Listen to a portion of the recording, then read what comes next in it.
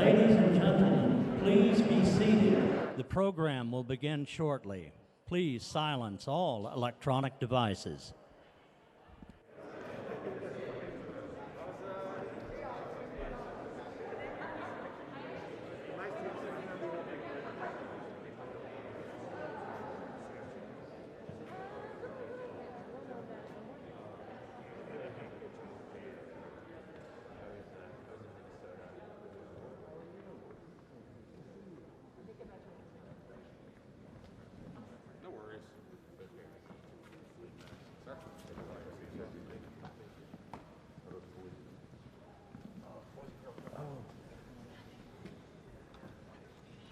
That's right, they gotta...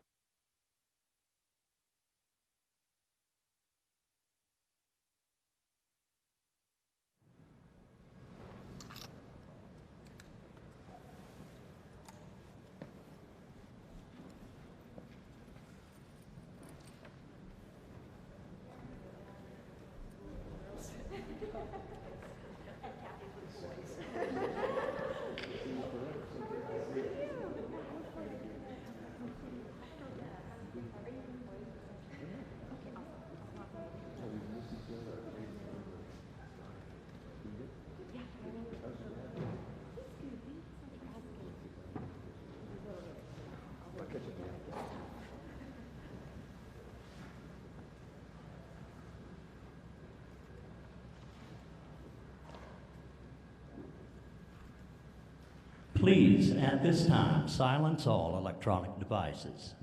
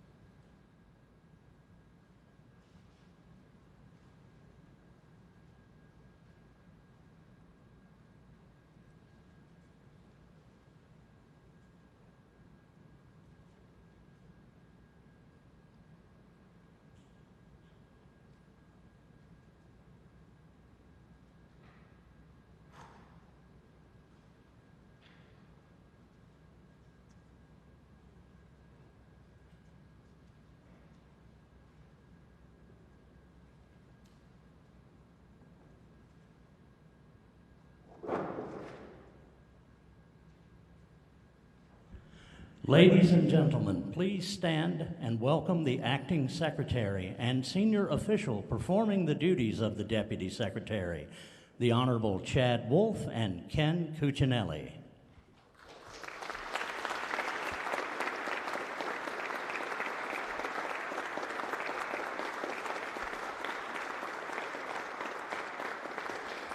Please remain standing for the presentation of the colors by the DHS Joint Color Guard, performance of the national anthem by Cynthia Wilson from U.S. Customs and Border Protection, and the invocation by the United States Coast Guard Chaplain, Commander David Stroud.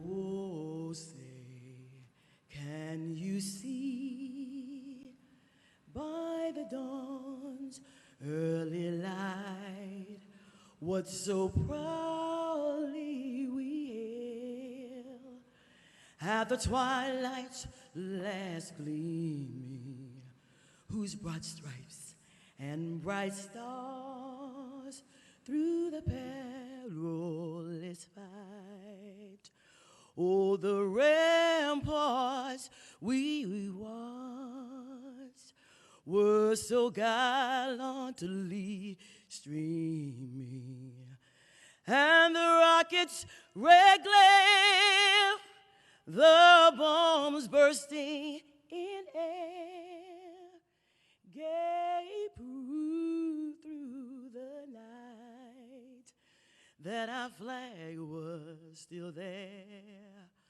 Oh, say does that star-spangled banner yet wave? Oh, the land of the free and the home of the brave.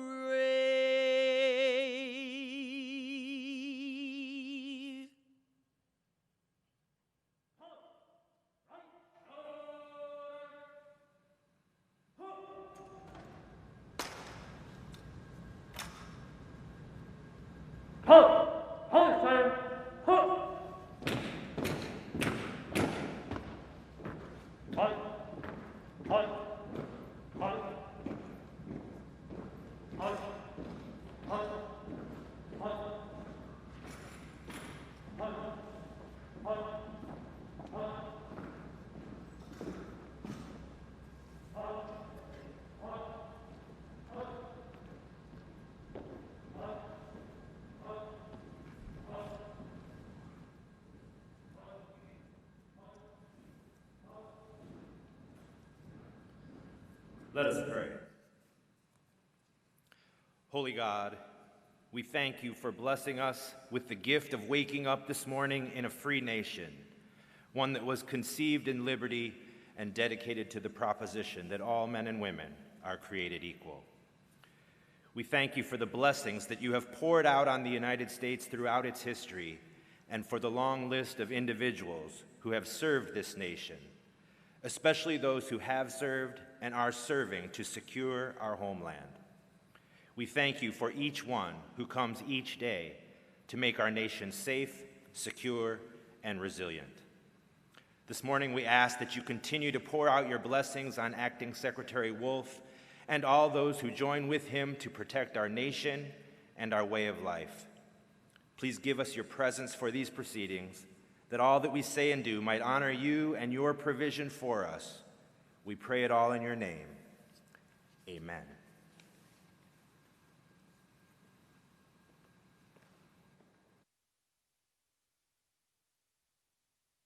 Ladies and gentlemen, please be seated.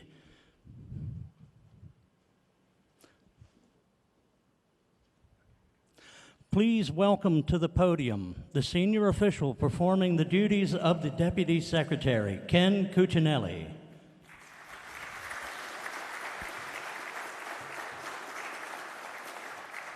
Well, good morning and welcome, everyone. It's an honor to be here with all of you as we assess the state of our cherished homeland. We're here today because the threats that we face as a nation require us to be more vigilant than ever in protecting the people and values we care so deeply about. After decades of putting global interests ahead of the safety and the prosperity of our citizens, this administration has boldly put America first. Our president has taken decisive action to revamp our approach to Homeland Security. We've seen a DHS more dynamic than at any time in the department's history. We have seen a DHS unafraid to disrupt the status quo and deliver results that provide security for the American people. Today, Acting Secretary Wolf will articulate the various ways in which DHS continues to innovate and fulfill the President's vision of a more secure and prosperous America. Through our various components at DHS, We are unified as a department and understand the gravity of the work we do every single day throughout America. In Acting Secretary Wolf, the department has a leader committed to facing the emerging threats of tomorrow.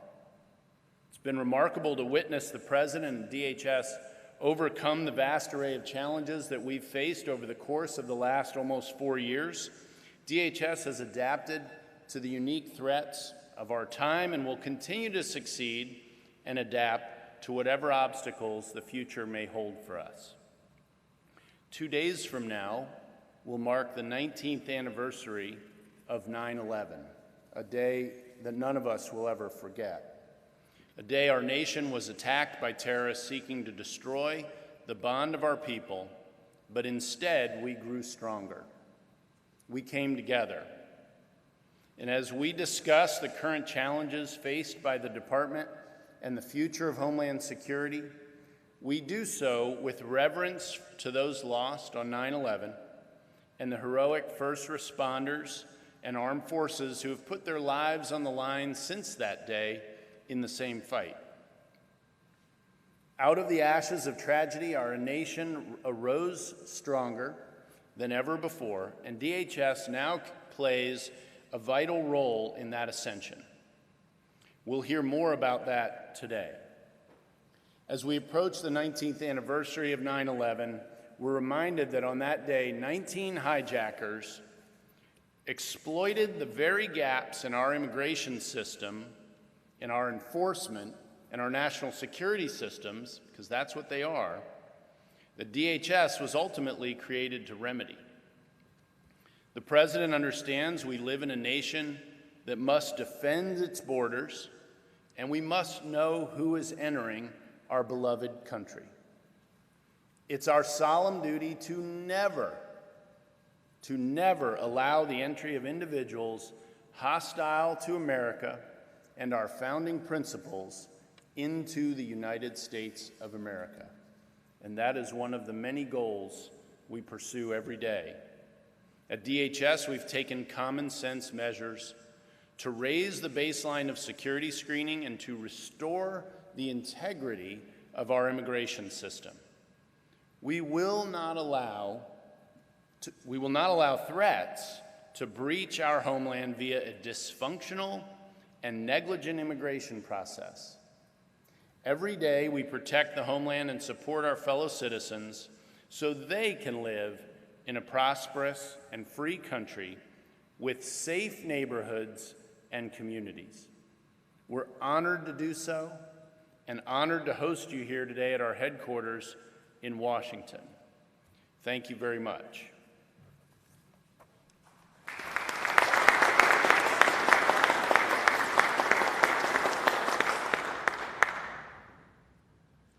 The rest of the world hears you, and the people who knock these buildings down will hear all of us soon.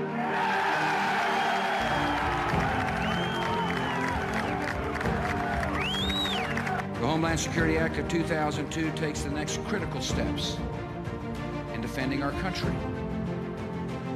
Continuing threat of terrorism, the threat of mass murder on our own soil will be met with a unified, effective response. Dozens of agencies charged with Homeland Security will now be located within one cabinet department with the mandate and legal authority to protect our people. It's gonna be hard to get on. Alto Tupaco!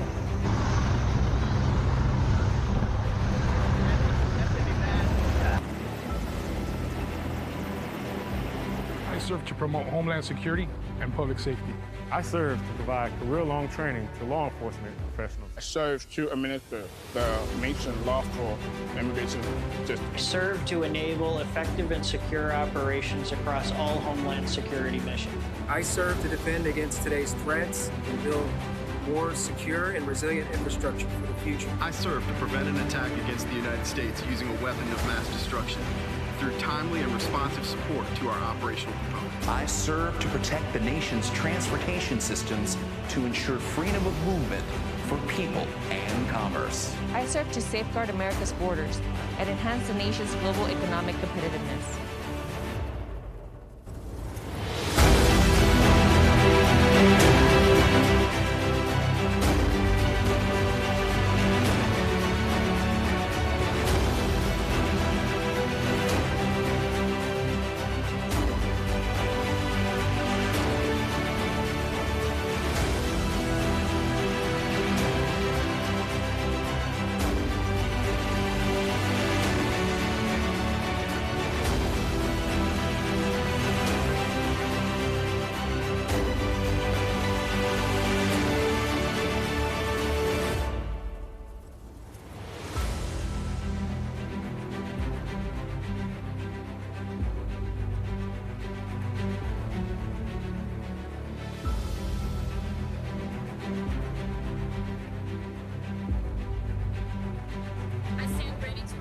I stand ready to rise. I stand ready to rise. I stand ready to rise and face the next challenge that threatens our homeland.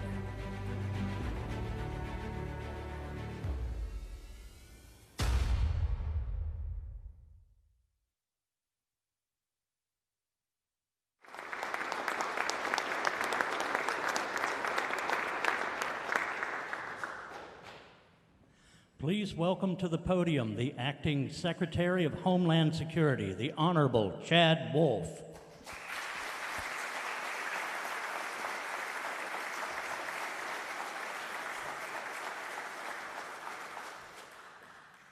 The Department of Homeland Security is bound by one mission, one creed, answering the call, often in the times of the most arduous environments and difficult of circumstances, to safeguard the American people, our homeland, and our values from all threats, all the time, both today, tomorrow, and in the months and years to come.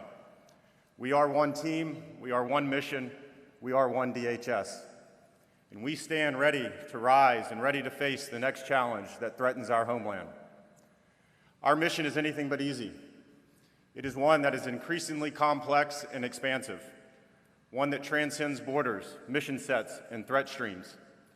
While much has changed since the department was created after 9/11, one thing remains constant: the dedicated men and women of DHS who rise to meet every threat with unwavering professionalism, precision, and passion.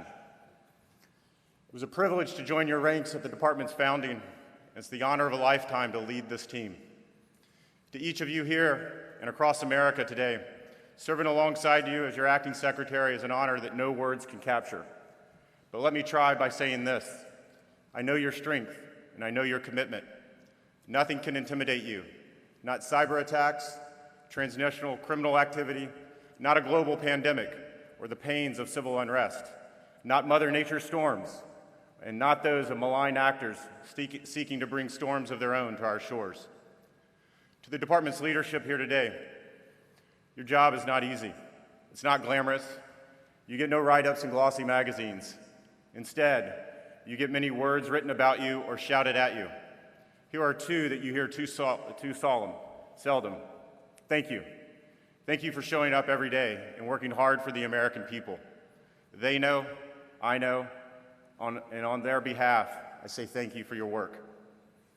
As we recognize and celebrate the work today, we also acknowledge the contributions of past leaders who forged and helped establish our department. I'd like to recognize a few of them here that are with us today. Kirsten Nielsen, former secretary. Admiral Jim Loy, former United States Coast Guard Commandant, TSA Administrator, and Deputy Secretary. Elaine Duke, former Secretary of Management and Deputy Secretary and Acting Secretary. Claire Grady, former Undersecretary of Management and Acting Deputy Secretary. And Tom Homan, former Acting Director of ICE. Thank you for being here. On behalf of a grateful nation and a grateful department, thank you for dedicating your time and service.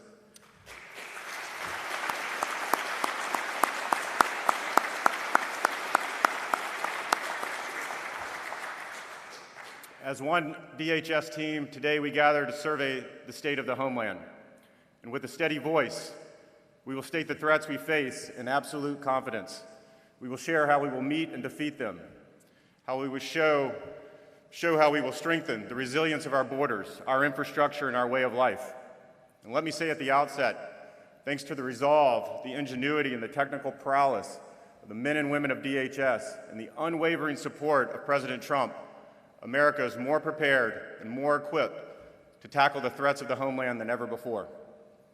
The mission sets, the components that comprise DHS, from the US CIS to Secret Service, are distinct and important. They are diverse, but our dedication of our workforce is uniformly strong. As we prepare today for tomorrow's dangers, I'm confident that the state of our homeland is secure in the steady hands of the men and women of DHS. We cannot gather as a family in September and fail to remember the day 19 years ago. The smoke has long since disappeared over New York, Shanksville, and the Pentagon, right across the Potomac from where we gather today. But for us, the skies of September are never clear. We rose from the ashes of that day with one purpose: to protect America. Here, liberty and the rule of law live together and sustain one another. DHS stands against all enemies seeking to weaken or destroy them. For more than 17 years after the department was founded, our resolve to safeguard the homeland has never been stronger. But the threats have changed. They're more complex and they're more sophisticated. We were established in 2003, well before iPhones existed that could be used to control drones, before terrorists used cryptocurrency to fund their evil plots, and before nation-states used Twitter to proliferate their disinformation campaigns. Our challenges today are unimaginably different than those of our past. Threats shift, and so must the department.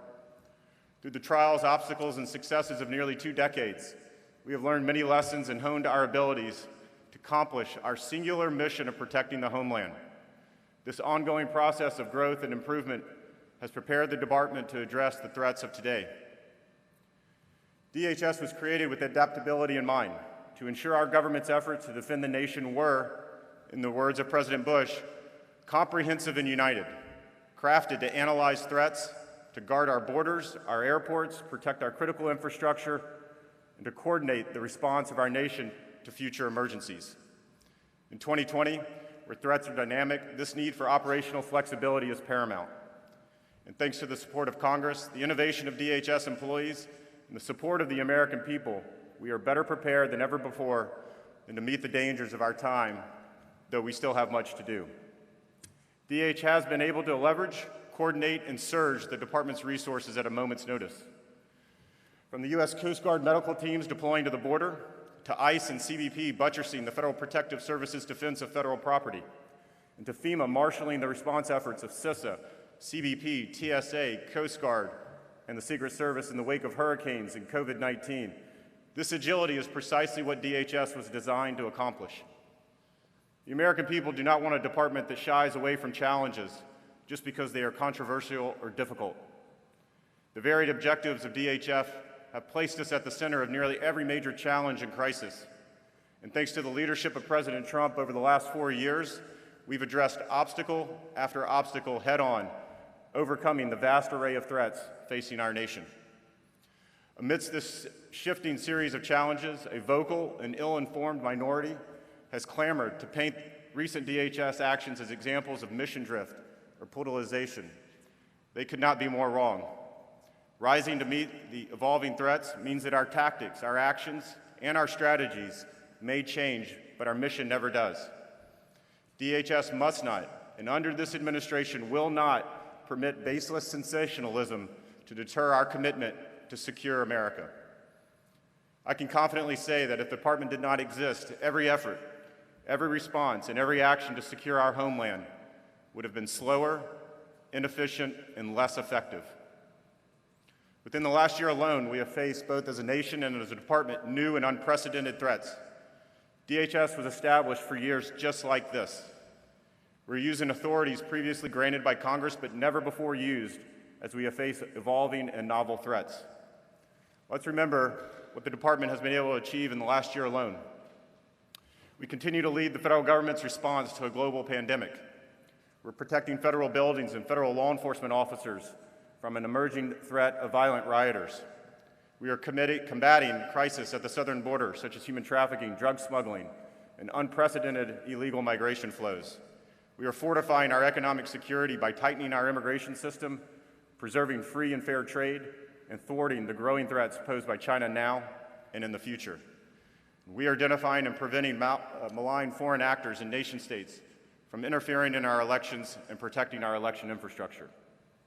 Against each of these challenges, the Department has marshaled our resources, tapped our authorities, and has unified our efforts to safeguard the American people and our way of life. Yet we will not rest on yesterday's successes. Our eyes are on the horizon and on the future. As we look ahead, terrorism, criminal actions threatening public safety, and natural disasters and pandemics will remain threats to the homeland. They always will.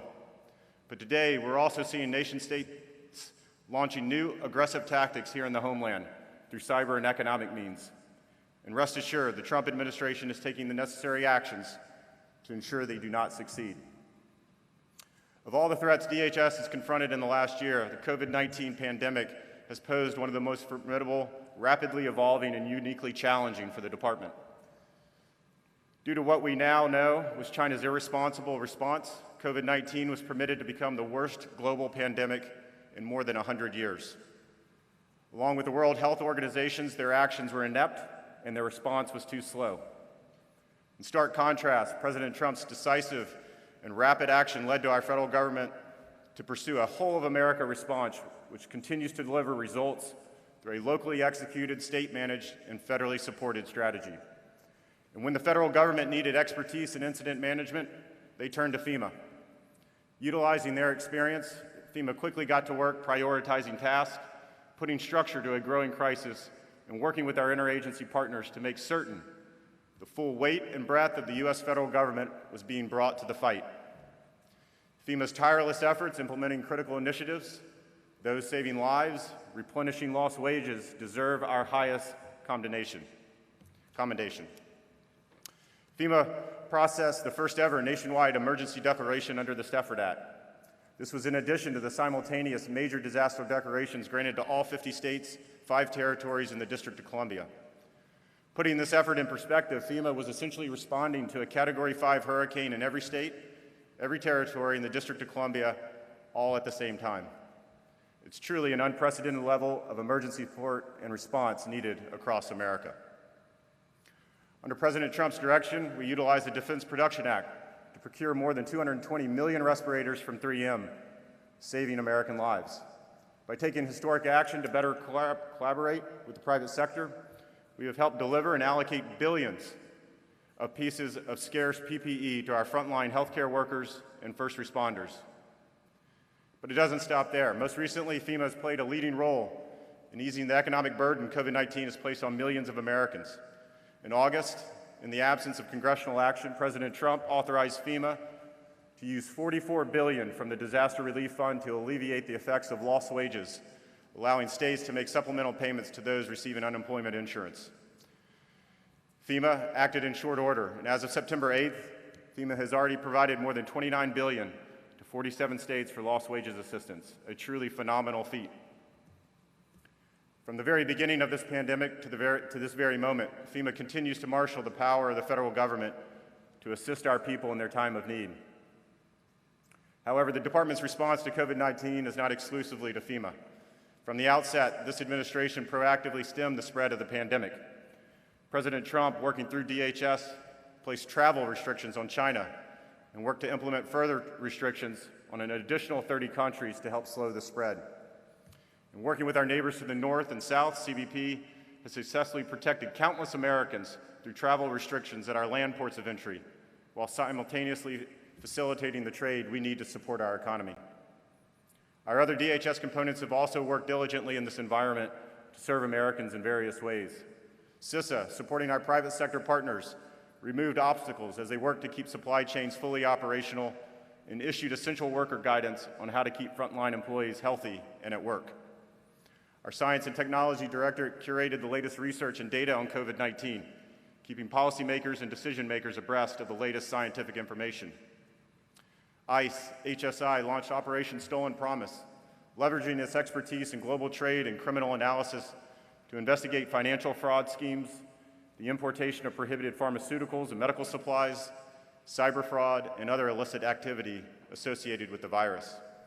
And CBP has proactively combated the criminals exploiting this pandemic for profit by seizing over 12 million counterfeit face masks, thousands of FDA-prohibited COVID-19 test kits, and thousands more unimproved medications that could pose harm to the American public. DHS will remain vigilant in supporting the public health and economic well-being of the American people.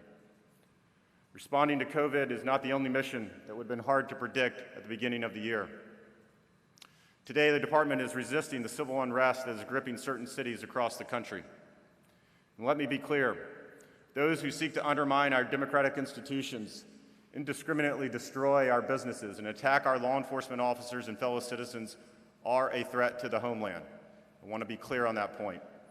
The department has experienced this firsthand in Portland, Oregon, where violent opportunists repeatedly targeted an attempt to burn down a federal courthouse, the seat of justice in downtown Portland. Federal law in this area is unequivocal and compels action. Secretary of Homeland Security shall protect the buildings, grounds, and property that are owned, occupied, and secured by the federal government and the people on that property. I have made it clear time and again that we will never abdicate this moral and legal duty. Our Federal Protective Service protects nearly 9,000 federal properties around the country, and in almost every one of those areas, we receive assistance from local officials when federal buildings are targeted and attacked. Unfortunately, this cooperation did not occur in Portland. This is a city where local leadership played partisan politics with public safety, allowing attempts of arson and violence against federal law enforcement officers and the destruction of federal property to occur with impunity. For nearly 2 months, while defending the federal courthouse, our federal officers were assaulted with sledgehammers, commercial-grade fireworks, rocks, metal pipes, IEDs, and more. As Portland officials refused to cooperate with DHS, our law enforcement officers suffered over 240 separate injuries. And after 60 days of this violence, the governor of Oregon finally offered assistance of state law enforcement. But to be clear, that offer should have occurred on day 1, not day 60. Some politicians and media figures have brazenly characterized the extreme violence in Portland and other cities around the country as mostly peaceful. Our Constitution protects the natural right to freedom of speech and peaceful assembly. The department supports the exercise of everyone's First Amendment rights. There is, however, no constitutional right to loot, to burn, or to assault law enforcement officers or your fellow citizens.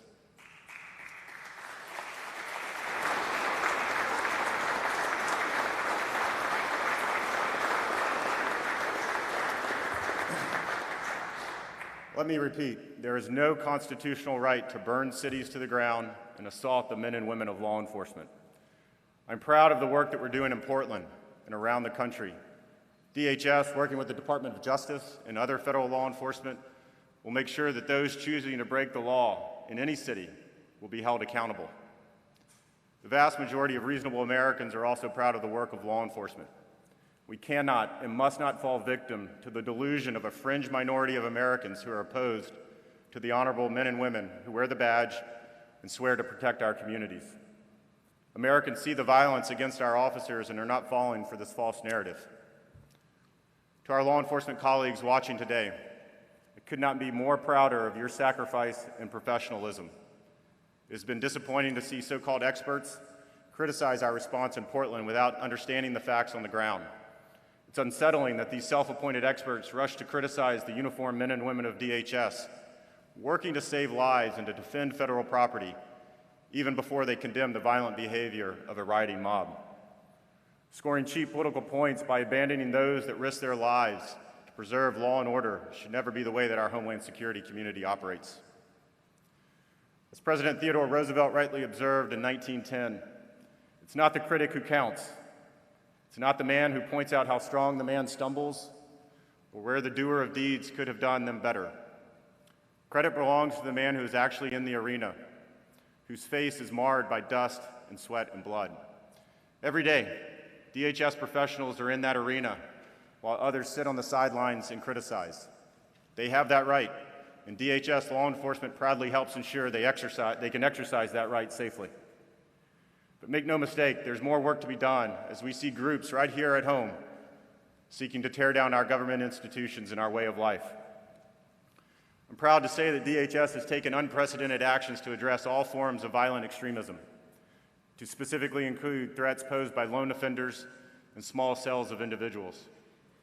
Last year, the department released a comprehensive strategy that contextualizes the threats from violent extremists and lays out the DHS mission in preventing such violence. We secured, with the help of Congress, an additional funding in FY 2020 for those initiatives.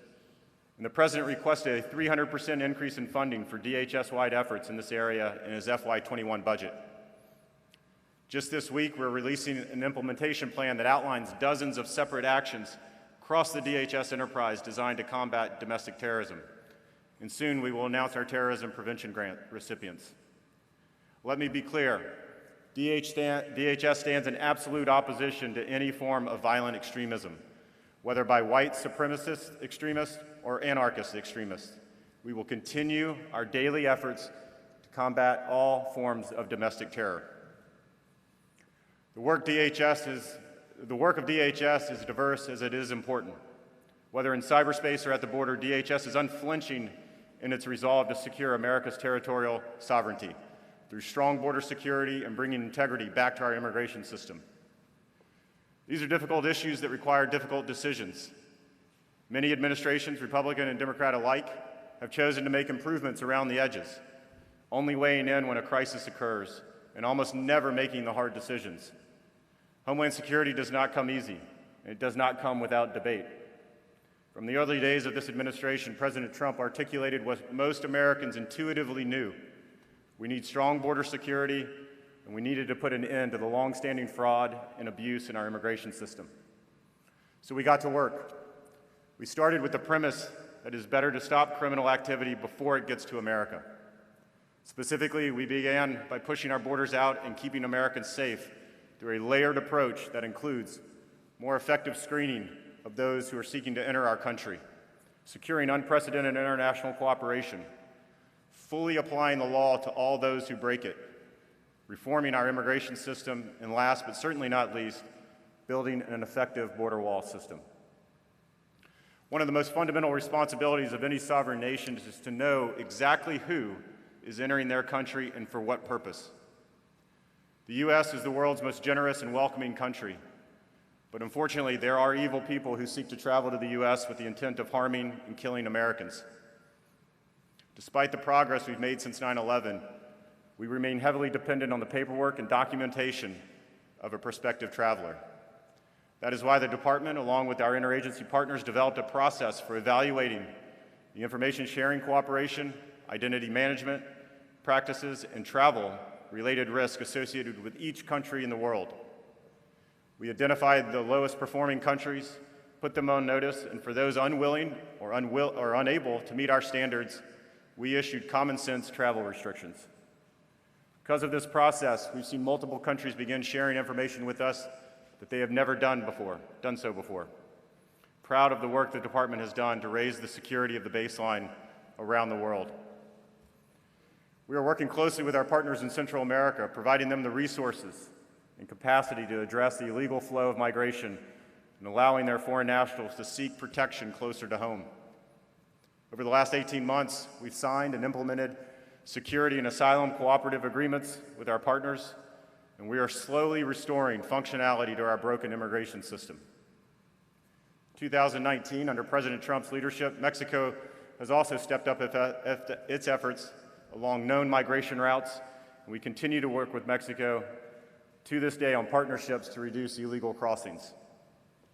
These historic agreements with our partners in the Western Hemisphere have helped curb illegal migration and make all of our countries more safe and more secure. For those who do attempt to illegally enter at our southern border, we have made tremendous progress on building a state-of-the-art border wall system. Having an effective barrier at our southern border was, at one time, considered common sense and bipartisan approach to Homeland Security. Over 80 senators in the United States Senate at the time voted for the Secure Fence Act of 2006. Many of those senators are still in the U.S. Senate today, some complaining loudly now about President Trump successfully implementing what they themselves voted for back in 2006. And let's remember, we provide the very best equipment to our military troops fighting our adversaries overseas every day. There's no reason not to provide the very best equipment to the men and women of the U.S. Border Patrol so they can protect us here at home. And while politics may have changed, the facts have not. They cannot. Effective border barriers simply work.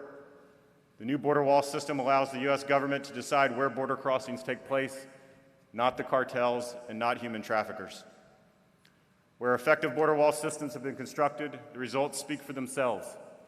Where wall goes up, the number of illegal crossings and crime goes down. And while our opponents have used every conceivable roadblock, from Congress to the courts, to stop our progress, I could not be more proud to stand alongside President Trump and deliver the results that protect the American homeland. Since January of this year, we have constructed over 300 miles of new border wall system. I'm proud to report by the end of this calendar year, we will reach over 450 miles.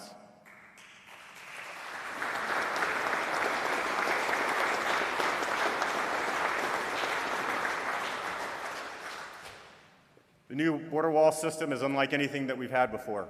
It provides capabilities to the men and women of the U.S. Border Patrol who need it to protect America. This wall is a testament to a key promise made and kept by President Trump and this administration. As hundreds of new miles of border wall system are constructed, they push cartels to traffic their goods at locations precisely where DHS is best equipped, at ports of entry. Here we have the infrastructure, the staffing, and the technology to better detect and interdict their deadly contraband. No longer are cartels able to walk across the border unimpeded. We are hard at work on deploying non-intrusive inspection equipment at ports of entry. And by 2023, we expect to expand NII screening of commercial vehicles from 15% today to 72%, and the screening of personal vehicles from 1% today to 40%. Since President Trump took office, we've seized more than 4 million pounds of hard drugs like fentanyl, cocaine, and methamphetamines. It means the Trump administration has annually seized roughly twice as many pounds of these hard drugs as the previous administration. Put another way, President Trump's administration is on track to seize roughly the same amount of drugs in his first term alone as the amount of drugs seized in the entire 8 years of the previous administration. These are narcotics that will never enter and devastate our communities, and their seizure takes billions of dollars from the pockets of cartels. We are also working to close many of the legal loopholes that have been identified and exploited by those seeking entry. We have all but put an end to catch and release, which served as a magnet to those who wish to exploit our immigration system time and time again. What we inherited was a situation with loopholes so large that most illegal aliens who were caught could expect to be released within our borders and then live and work for years without any consequences for their actions. That was both indefensible and on its own terms harmful to illegal aliens themselves, particularly those who with meritorious claims, and also deeply corrosive to the rule of law here in America. Under the Migrant Protection Protocols grounded in law passed by Congress in 1996, aliens entering or seeking admission to the U.S. from Mexico illegally and without proper documentation will be returned to Mexico and required to wait outside of the U.S. for the duration of their immigration proceedings. MPP helps promote a safer, a more orderly process along our southwest border, discourages individuals from making meritless asylum claims, and enables expeditious immigration results. America is a generous nation. Thus, it has also been a top priority of this administration to preserve our asylum system for genuine asylum seekers. Those seeking economic opportunity by exploiting our generous asylum laws hamper and delay individuals who truly qualify for asylum and should be granted this relief as soon as practicable. Strong border security and immigration enforcement is a win for Americans, a loss for organized crime, and a rebuke to those who wish to dissolve not just America's borders, but the rule of law. The administration's message is simple. If you are a human trafficker, a drug smuggler, or any criminal seeking to break our laws and illegally enter the United States, you will find no sanctuary in this country. We still have more work to do, but looking back, we're here because this administration did something uncommon here in D.C. We did precisely what we said we would do. Reforming our immigration system helps to secure the homeland, both directly and by supporting other vital efforts. As I said many times before, economic security is homeland security. We directly support the economic security every day here in the homeland by keeping commercial airline travel safe and secure, facilitating commercial trade through our ports of entry, keeping our networks free from economic disruptions, and safeguarding our ports and inland waterways that process nearly 90% of all goods coming into our country. While there's much to talk about in this arena, let me just focus on how the lawful flow of goods and services fuel economic growth, is responsible for good American jobs, and raises living standards.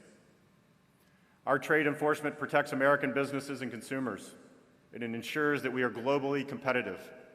CBP enforces our trade laws and implements special trade remedies with quotas and exclusions to protect vital U.S. industries that are especially vulnerable to unfair labor practices.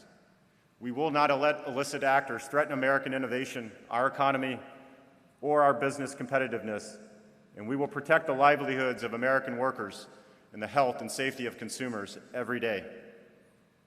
As critical as trade is to our prosperity, it is also targeted for exploitation by terrorists and criminals. Our dedicated law enforcement officers are able to disrupt terrorist financing, target fraud and counterfeits, and ensure trade transparency. Addressing threats at the earliest possible point is essential to the strengthening the security of our country and enables us to improve the free flow of legitimate goods. Since 9/11, DHS has significantly expanded its ability to track and disrupt terrorist and criminal financing by taking action to combat bulk cash smuggling and to close weaknesses in our financial, trade, and transportation sectors. We are also countering mass marketing fraud, investigating organized retail crime rings, and fighting human smuggling and human trafficking organizations. Successful trade facilitation is what makes the United States globally competitive, ensuring that the supply chain is efficient, cost-effective, and safe. And while COVID has highlighted many things over the last 6 months, perhaps most importantly, it has reminded us that even the most dominant economy is fragile. Surveying emerging threats of the last year, one menacing actor continues to evolve: China. Their relentless barrage of attacks aimed at undermining American workers, American economic dominance, and the American way of life cannot be allowed to stand, and under this administration, they won't. China has leveraged every aspect of its country, including its economy, its military, and its diplomatic power, demonstrating a rejection of Western liberal democracy and continuing renewing its commitment to remake the world order in its own authoritarian image. Their tactics are sometimes pernicious, but always harmful to the American worker and the American economy. From intellectual property theft and stealing trade secrets that rob American innovators, to harvesting personal data to turn a profit, shattering the privacy of Americans of all ages, to exporting unjust business practices in the form of state-backed enterprises that harm American entrepreneurs, to hacking attempts to penetrate and compromise American organizations conducting COVID research, to abusing student visas to exploit American academia. The actions of China may be unabating, but they are not unthwartable. Let me be clear, DHS has and will continue to play a critical role in the United States' strategic approach to China. We are blocking visas for certain Chinese graduate students and researchers with ties to China's military fusion strategy to prevent them from stealing and otherwise appropriating sensitive research. We are targeting illicit Chinese manufacturers who have exploited the COVID-19 pandemic by producing fraudulent, prohibited PPE and medical supplies that are especially endangering our frontline workers. We are preventing goods produced from slave labor from entering our markets and demanding that China respect the inherent dignity of each human being. At our borders and ports of entry, we are leveraging technology and innovation to target and interdict deadly Chinese-made fentanyl before it can destroy American communities and take American lives. DHS is working with our interagency and industry colleagues to protect our information and communications infrastructure from intellectual property theft and nefarious data collection by China. In response to this massive undertaking ahead, I've ordered the establishment of the department's own China Working Group in order to uniformly prioritize and coordinate the department's response to these evolving threats. China's efforts to exploit the COVID-19 pandemic to sabotage free and fair trade and abuse our immigration system will be met with resolute determination of a department committed to putting America first. Under this administration, DHS has tackled difficult issues and made historic strides in better securing the homeland. Our newest component, the Cybersecurity and Infrastructure Security Agency, is at the forefront of guarding against nation-state actors' cyber-enabled espionage and malicious influence activity aimed at all levels of government and industry. As we approach the 2020 election, we remain steadfast in protecting this essential American process. CISA has doubled down both on their efforts across the federal government and partnering with local election leaders across the country to make sure our elections are safe and secure. Elections are a bedrock of our constitutional republic, and securing them is paramount to accurately expressing the will of the American people. To protect the integrity of our representative government, our ultimate goal must be to ensure that American voters decide American elections. In light of new levels of organized efforts by Russia in 2016 to disrupt and deceive, the Department strengthened U.S. efforts to rebuff the aggressive and meddlesome behavior of any nefarious nation-state actor. Signed into law by President Trump, CISA has made extraordinary and rapid strides bolstering the security of this most sacred democratic process.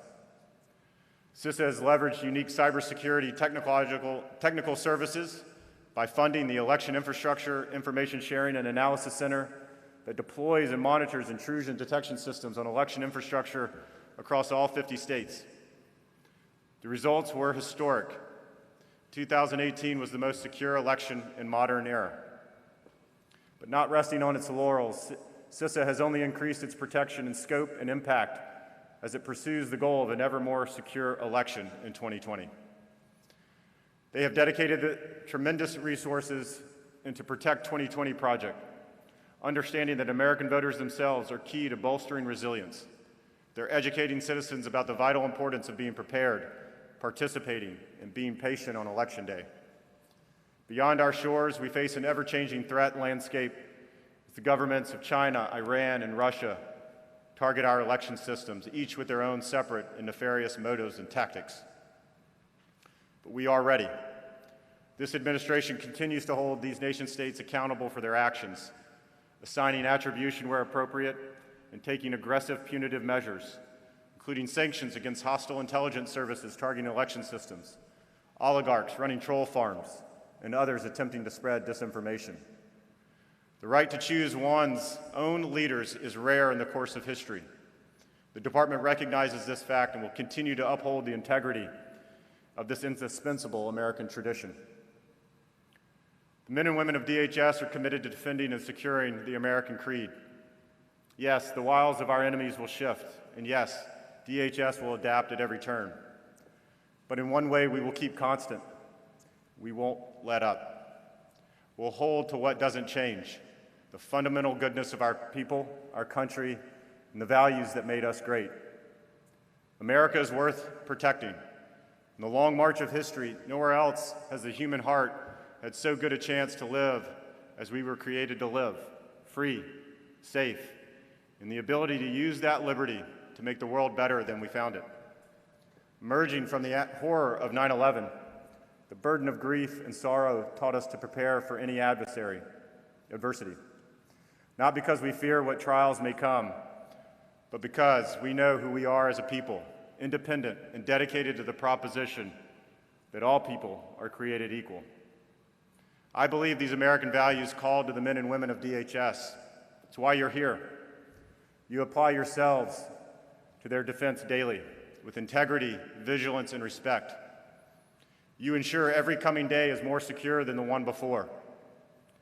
I am privileged to work beside you and humbled to lead among you. Every victory of this department is yours. Thanks to you, this department will safeguard the American homeland, our people, and our way of life. We stand ready to rise and ready to face the next challenge that threatens our homeland. Thank you.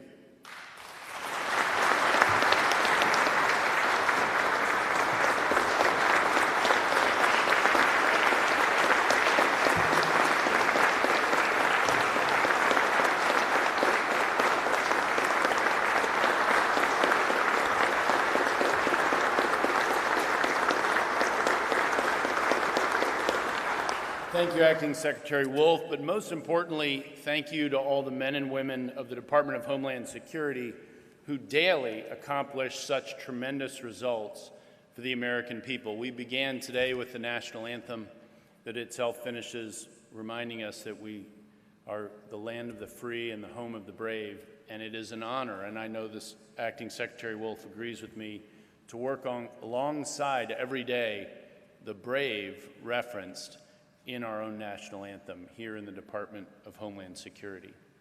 This concludes today's program. We invite all of our guests to join us at the Monroe Building, also known as Coast Guard Headquarters. There are shuttles waiting outside to take you over there if you would like to catch a ride, and we look forward to seeing you all in the ceremonial front hall of the Coast Guard building, the Monroe Building. Thank you again for joining us. God bless you all, and God bless America. Thank you.